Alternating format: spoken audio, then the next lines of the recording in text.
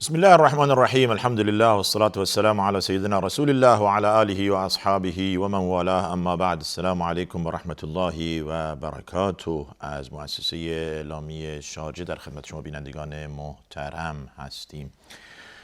رمضان که میاد یک حال و هوای دیگری به مسلمانان دست میده. همه تلاش دارن که به یک نحوه از این ایام استفاده صحیح ببرن. یعنی این که همه با هم متفقن که آقا این رمضان جدا از ماه‌های دیگه هست. رمضان روحیه دارد، رمضان هوای دیگری دارد، رمضان طعم و مزه دیگری دارد. این متفقن مسلمانان آسیا، مسلمانان اروپا، مسلمانان در آفریقا، مسلمانان در استرالیا، در تمام دنیا. دقتشون اینه که از این ماه استفاده بهینه ببرند، بهترین استفاده ببرند. حالا استفاده چیه؟ استفاده در چیست؟ در این روزه، در این خودداری از خوردن و آشامیدن، در تلاشی بیشتر برای عبادت، نمازی بیشتر، صدقه‌ای بیشتر، اذکاری بیشتر، تلاوت قرآنی بیشتر. چرا که نه؟ برای اینکه ماه قرآن.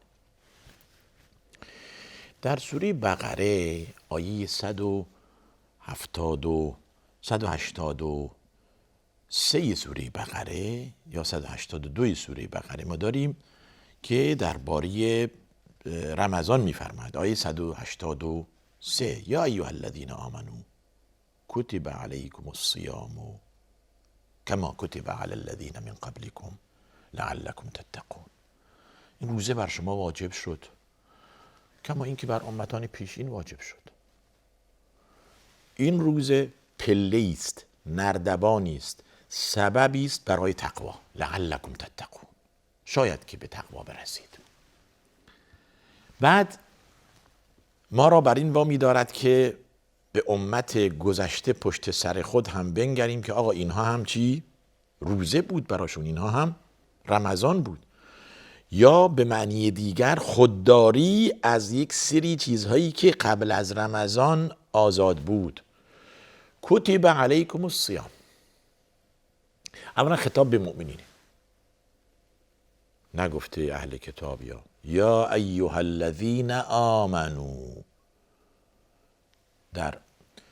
از بزرگان روایت است که زمانی که این خطاب آمد، این ندا آمد، یا ایها الذین آمنو، شش دنگ حواس ما بایست باز باشه، متوجه بشویم که خطاب چیست و فرمایش چیست. یا دستوری به یک کار خیری است که به نفع دنیا و آخرت ماست، یا یک نهی است که باید ما خود را از آن باز داریم. پس یا ایها الذین آمنو یعنی آقا همه گوش به فرمان الله سبحانه و تعالی. چه میفرماید؟ کتب علیکم الصیام. خیلی سنگینی میکنه. کتب علیکم الصیام، همه میدونن که معنای کتبه یعنی واجب شد. آقا تا حال که نبود. وقتی که الان واجب شد چه کار کنیم؟ کی روزه هست؟ چند روز هست؟ چرا بر ما؟ سوال اینجاست، چرا بر ما واجب شد؟ کما کتب علی الذین من قبلکم، قبل از شما هم این روزه بر امتان پیشین واجب کردیم. پس شما اولین امتی نیستید ای مؤمنین که روزه بر شما واجب می شود. این روزه بر امتان گذشته هم واجب شده بود. خب ما را به کجا می برد این روزه؟ در یک جمله مختصر: یا ایها الذین آمنو کتب علیکم الصیام کما کتب علی الذین من قبلکم لعلکم تتقون. این جواب ابهامی است که من در ذهنم هست، در نظرم هست که خداوند به ما داده قبل از این که ما بپرسیم. جوابش رو به ما داده. آقا این پله است، این سببی است، این گامی است که شما را به تقوا میرساند. حالا تقوا چیه؟ به چی میگن تقوا؟ معنی تقوا چیست؟ پرهیزگاری.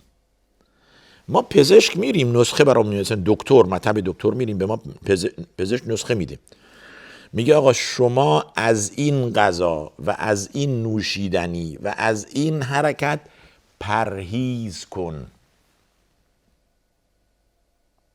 یعنی خودداری کن.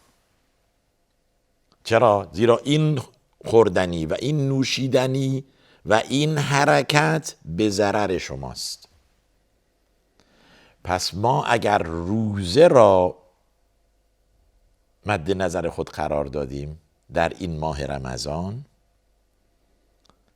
هدف برای رسیدن به تقواست. یه پله از پله های تقواست و تقوا هم یعنی همین، یعنی پرهیزگاری.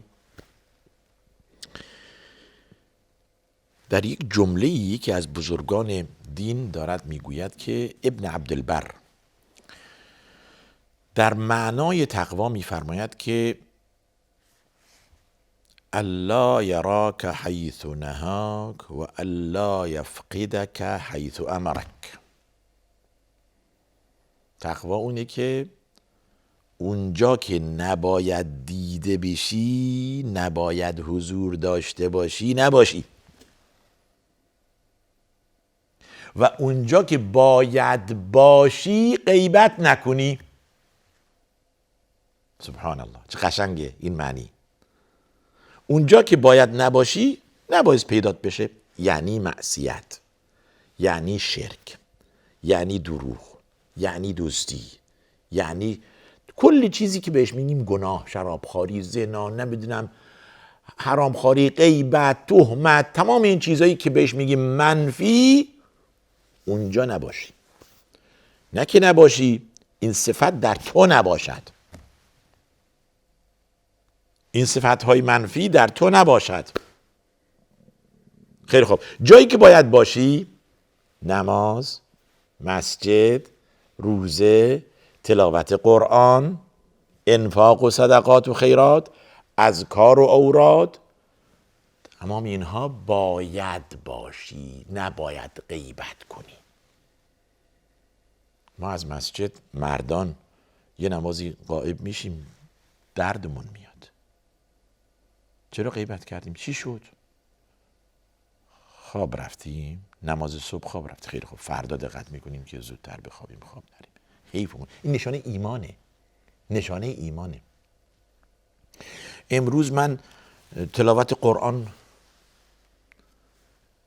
نداشتم، مشغول بودم به کارهام، ولی فردا جبران میکنم. دردم گرفته، چرا من در تلاوت قرآن غایب بودم؟ این نشانه تقواست. بی توجهی به اینها نشانه بی تقوایی است. این ماه من اصلا صدقه ندادم. چرا؟ یا انسان مؤمن آقا ما امروز صدقه ندادم. ببین چقدر مهمه. امروز من صدقه ندادم، به خصوص که الان ماه رمضانه. این فرصت دیگه تکرار نمیشه. اگر تکرار شد آیا من هستم یا نیستم؟ اگر این فرصت بیاد ببینید سال دیگه من هستم یا نیستم. پس بنابراین تقوا همون جمله مختصری که ابن عبدالبر دربارش گفته، الا یراک حیث نهاک و الا یفقدک حیث امرک. خیلی جالب، مختصر، خوب، مفید. پس لعلکم تتقون. آقا شما با این روزه به دروازه تقوا میرسید. چرا عرض کردم دروازه تقوا؟ برای اینکه خود روزه، بسنده کردن به خود روزه تنها کافی نیست برای تقوا، کل تقوا چیزای دیگه میخواد. روزه دربارش اولا اخلاص میخواد، دیگه نماز میخواد، دیگه انفاق میخواد، دیگه تلاوت قرآن میخواد، دیگه راستی و درستی میخواد، اصلاح ذات بین میخواد، صله رحم میخواد. زبان ما یک لحظه نباید از یاد خدا بیستد. چرا اینا رو میگم؟ اینا چاشنی تقواست، یعنی پله هایی است که آخه یه پله کی نیست. شما میخواهید به تقوا برسید، یه پله هست، یکیشو انجام دادید بعد گفتید دیگه تمام. نه، باید پله های مختلفی گذران و پشت سر قرار داد. اگر این نباشد روز میگذرد، سپری میشود، این بغل دستی من و این بغل دستی من از من سبقت میگیرند، میرن جلو. روزه که هستن هیچی، انفاق کردن، نماز خوندن، نماز شب خوندن، نماز تراویح خوندن، قیام لیل داشتن، تلاوت قرآن داشتن، مواظبند هر روز بیشتر از دیروز انفاق کنن و صدقه کنن. یک لحظه زبانشون از ذکر خدا، از گفتن سبحان الله والحمد لله ولا اله الا الله والله اکبر نایستاده، از من سبقت گرفتن. آقا اینها رفتن جلو، من هنوز موندم در جا میزم. این را بس به خود بگویم، خود ملامت کنم. پس این یک باب تقوا بود.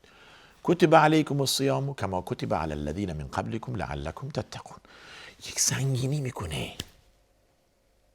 برای اولین باره.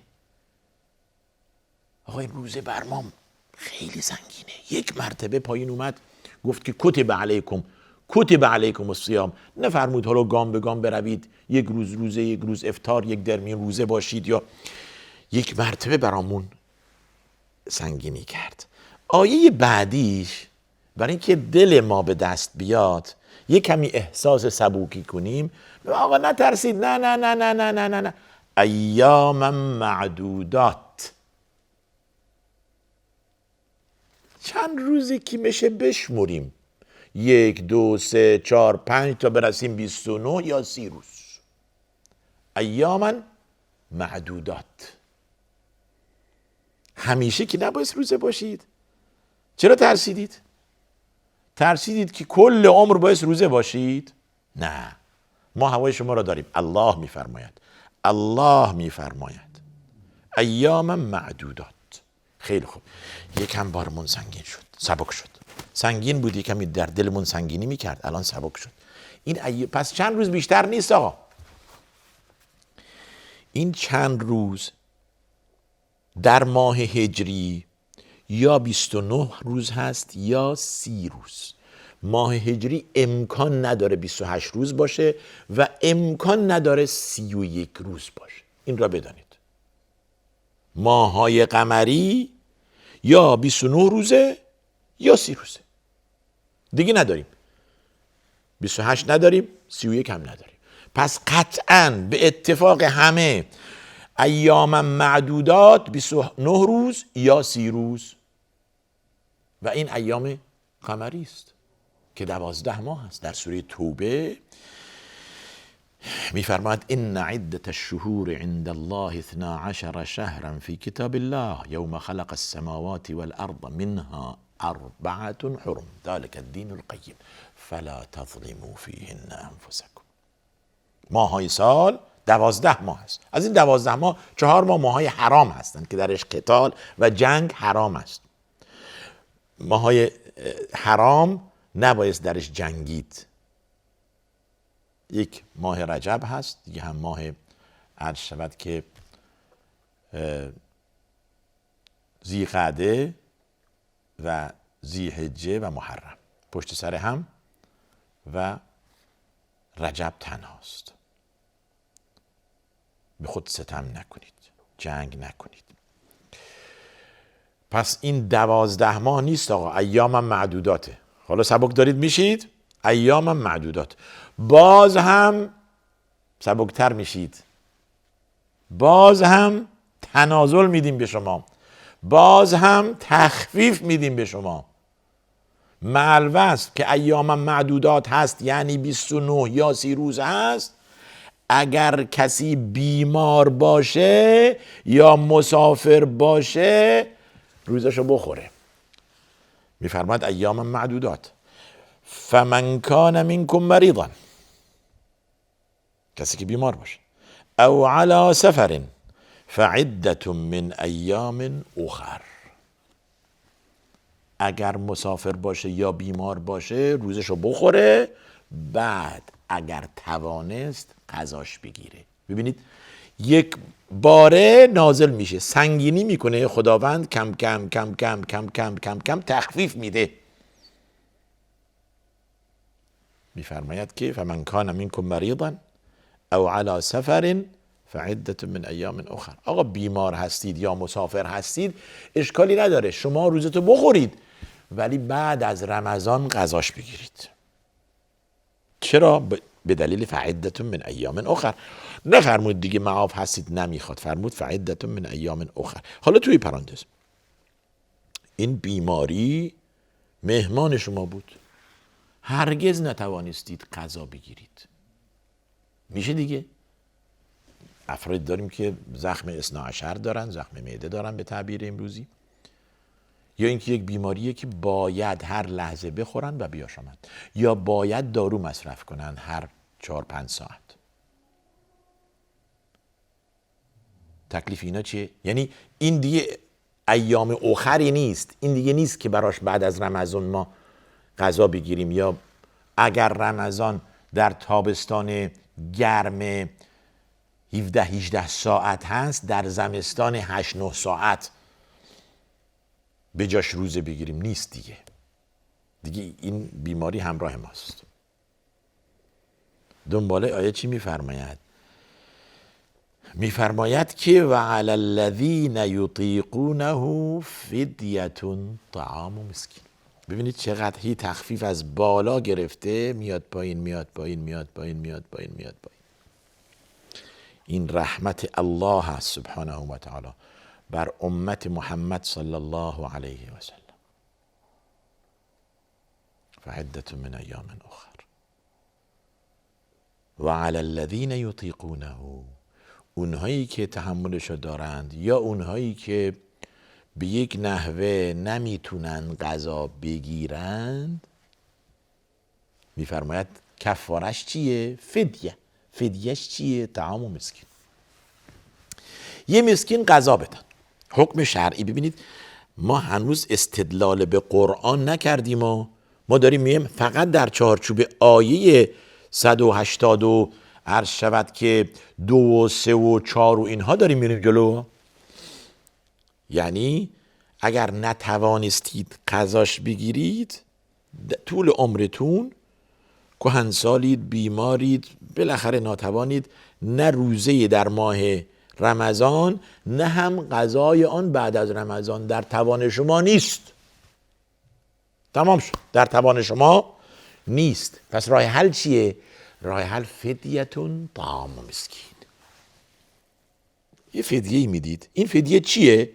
طعام مسکین، غذای یه مسکین. یه پرسه غذا یک روز برای یک مسکین چقدر هست؟ چند تومن امروز؟ چند دلاره؟ چند یوروست؟ چند پونده؟ یه مسکینی میخواید غذاش بدید. یه رستوران یه غذا، یه پرسه غذای متوسط نه گرانا چقدر میشه؟ تومن حالا بی ارزش شده، 20 تومن، 30 تومن، 50 تومن یه پرسه غذا. باز هم در پرانتز اهل علم میفرمایند اگر غذای تازه نبود غذای خشک بهش میدید تا خودش بپزه، یا اینکه پول این غذا بهش میدید تا خودش بخره و بپزه. توجه فرمودید؟ باز هم داره تخفیف داده میشه. یعنی چقدر ما تخفیف گرفتیم از اول تا حالا؟ من حول و حوش چند دقیقه دارم صحبت میکنم. از اول آیه یا ایها الذین آمنوا کتب علیکم الصیام کما کتب علی الذین من قبلکم لعلکم تتقون داریم میگیم مرتب میگیم. الان رسیدیم به این که آقا اگر دیگه نمیتوانید شما فقیر را حتی پول هم بدید برای خودش بخره کافیست. یه پرسه غذا چقدر؟ اینقدر بهش بدید. روایت هست از بزرگان صحابه که 30 رمضان یا آخر رمضان اگر کسی 1 ماه نمیتوانست روزه بگیره و قضاش هم نمیتوانست، میرفت چیکار میکرد؟ میرفت در اونجا فقرا را جمع میکرد و میآورد خونه و غذا میداد و این 30 تا فقیر را جمع میکرد و غذا میداد. بحث اول ما در اینجا داره به پایان میرسه و ادامه دارد این موضوع در این ماه مبارک، ماهی که درش سبقت گرفتن در کار خیر، دستور است. از این که بیننده این بخش برنامه مؤسسه اعلامی شارجه بودید کمال تشکر دارم. تا بخش دیگر شما را به خدا می سپارم و آخر دعوانا الحمد لله رب العالمین و صلی الله وسلم و بارک علی نبینا محمد و علی آله و صحبه اجمعین.